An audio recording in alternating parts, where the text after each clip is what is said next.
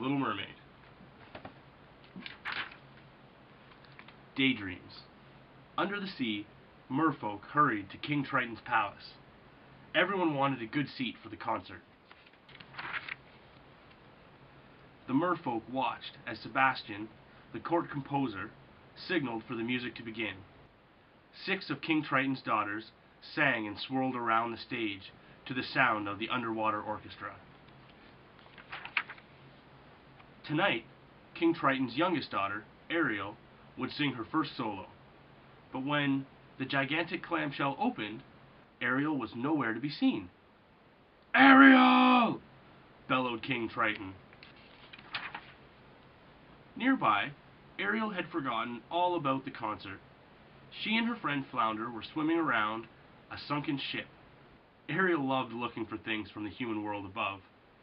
"It's wonderful," she cried, finding a shiny fork. Did you hear something, Flounder?" "You're getting cold fins, are you?" teased Ariel. Then Flounder spotted a large, dark shape swimming right towards them. "Shark!" he yelled. "Shark!" The 2 friends swam as fast as they could, but the shark could swim faster. So Ariel whisked Flounder through the small hole in an anchor. The hungry shark followed and got stuck. "Take that, you big bully," Flounder jeered. Ariel brought her new treasure to Scuttle, the seagull. "This is a dinglehopper," explained Scuttle, combining his feathers with the fork. "Humans use these to straighten their hair." Deep below the sea, Witch Ursula was gazing into her magic bubble, spying on Ariel.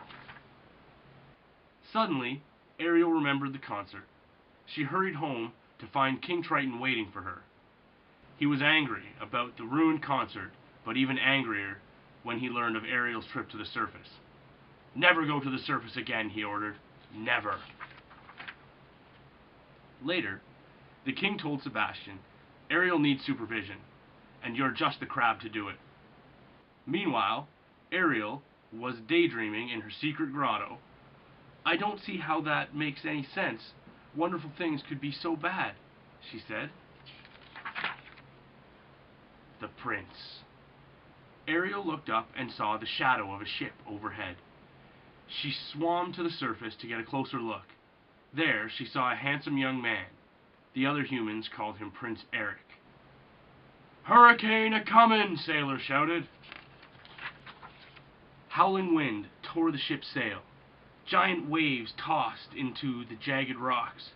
Prince Eric was thrown into the ocean. Ariel frantically searched for the prince. Finding him, she needed all her strength for the rescue. Safe on shore, Ariel sang the unconscious prince. At last, he began to awake.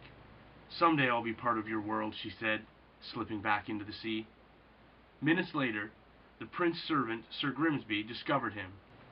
"A girl rescued me," said the prince groggily, "and she had the most beautiful voice." When King Triton found out that Ariel had been to the surface again, he flew into a rage. "Humans are all the same," King Triton shouted. "Savage fish-eaters, incapable of any feeling." With a few strokes of his trident, he destroyed all of Ariel's treasures and swam off. 2 sinister eels interrupted Ariel's sobbing. "We were sent by someone," they hissed, "who can make all of your dreams come true."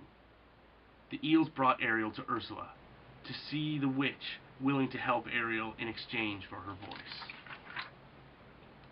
But Ursula added, "The prince must fall in love with you by sunset of the 3rd day. If not, Ariel would change back into the mermaid and become Ursula's slave forever." The ocean churned as Ariel's voice was captured inside a magical shell, and her tail turned into legs. Prince Eric and his dog, Max, found Ariel on the beach. "You seem very familiar to me," said Eric. "Have we met?" Ariel could only nod. "Don't worry, I'll help you," he smiled. Although she looked like the girl who rescued him, Eric didn't think it could be her because she couldn't speak. That evening, Ariel appeared for dinner in a pretty gown. To the prince's surprise, Ariel picked up her fork and began combing her hair just as Scuttle had instructed her.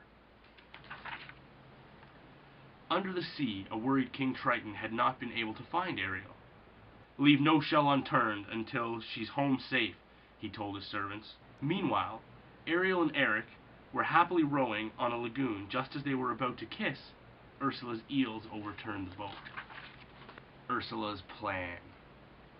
Ursula hatched a plan to keep Eric from falling in love with Ariel. She turned herself into a pretty girl named Vanessa, and she wore the shell containing Ariel's voice. That evening the prince heard the same singing he heard when he was rescued. Eric looked out to sea and saw Vanessa and fell under her wicked spell. When Ariel awoke the next morning, she saw Eric with Vanessa. "The wedding ship departs at sunset," the prince told Grimsby. Now Ariel had lost her chance for true love and was doomed as Ursula's slave forever. Aboard the wedding ship, Vanessa cackled. "Triton's daughter will be mine." Looking through a porthole, Scuttle saw the mirror reveal Vanessa was really ugly Ursula. He quickly found Ariel. "The prince is marrying the sea witch in disguise," he exclaimed. "Find a way to stall the wedding, Sebastian," yelled Scuttle as they took off to rescue Eric. Flounder helped Ariel along, but the sun was starting to set. There wasn't much time left. Scuttle and his friend tried their best to interrupt the wedding. "Why, you little—" Vanessa yelled, trying to defend herself. In all the commotion, the magic shell shattered into the ground, and just as Ariel reached the ship, Ariel spoke. "You can talk," said the prince. "You're the one. It was you all along." Happy at last, the prince leaned over to kiss Ariel. Seconds before her lips met his, the sun set. "You're too late!" screamed Ursula, turning into her beastly self. Ariel found her legs change back into a mermaid's tail.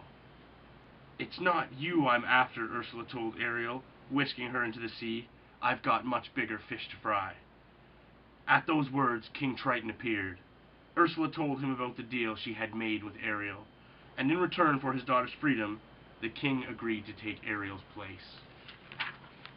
"At last, this is mine!" Ursula laughed, placing Triton's crown on her head. Using her new powers, Ursula grew to a monster size. "Now I am the ruler of all the ocean." But the brave prince steered the ship over the raging waves right towards Ursula. The bow of the ship pierced her cold heart. Slowly, Ursula's horrendous body sank beneath the waves. All at once, the ocean was calm and King Triton's power was restored. Now he realized how much Eric and Ariel loved each other.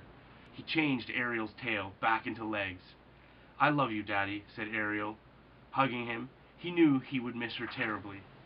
All the merfolk and the sea creatures gathered to watch the happy couple's wedding. Everyone cheered, and Eric kissed his new princess as they sailed away to live happily ever after.